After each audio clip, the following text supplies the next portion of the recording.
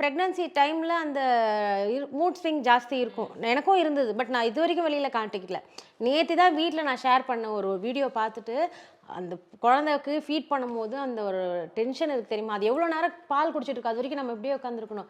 யாரும் நம்ம பக்கத்தில் இருக்க மாட்டாங்க. வலிக்கும். மூட் ஸ்விங்ங்கிறது அப்ப எனக்கு வந்தது மூட் ஸ்விங்கான்னு எனக்கு இப்பதான் தெரியுது.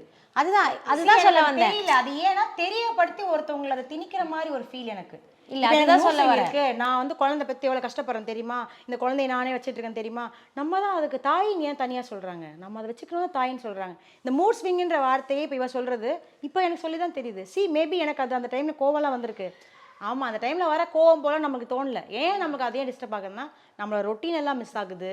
மிஸ் மீன்ஸ் நம்மள அந்த டைம்ல தூங்கணும்னு தோணும், அந்த குழந்தை தூங்காது, அந்த குழந்தை அழுவும், நமக்கு ரொம்ப நேரம் வச்சிருக்கமேன்னு தோணும், கை வலிக்கும். அதை காட்ட முடியாது. அந்த டைம் முடியதான் போகுது.